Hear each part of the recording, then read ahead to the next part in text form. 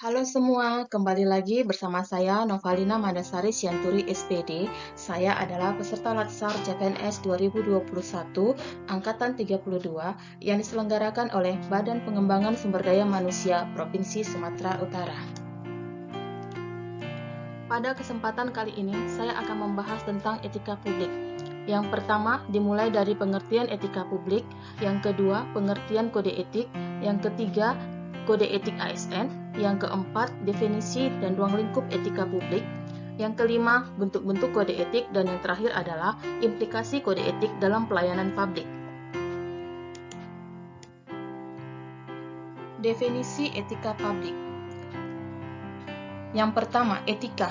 Etika adalah refleksi baik buruk, benar salah yang harus dilakukan atau bagaimana melakukan yang baik atau yang benar. Kemudian, moral. Moral adalah kewajiban untuk melakukan yang baik atau apa yang seharusnya dilakukan.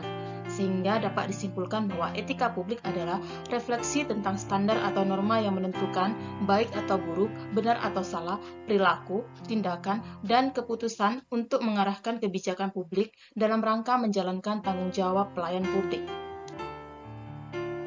Kode etik. Kode etik adalah peraturan yang mengatur tingkah laku dalam satu kelompok khusus. Sudut pandang hanya ditunjukkan pada hal-hal prinsip dalam bentuk ketentuan-ketentuan tertulis.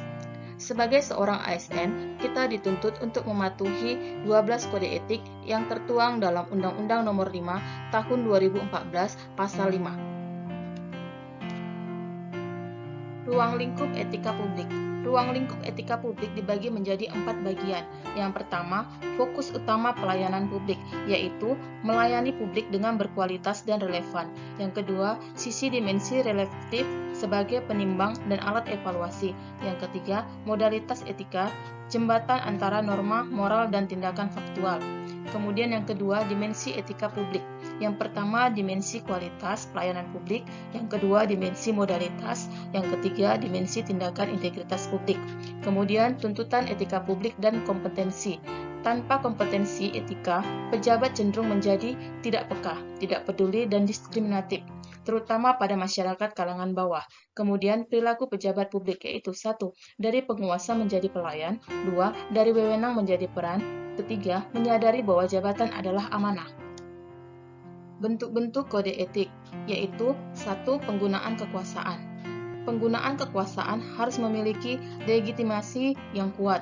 Kemudian konflik kepentingan. Sebagai ASN, kita harus menghindari konflik kepentingan yang akan mengakibatkan penyalahgunaan kekuasaan serta peningkatan kesejahteraan rakyat terabaikan. Yang terakhir adalah implikasi kode etik dalam pelayanan publik.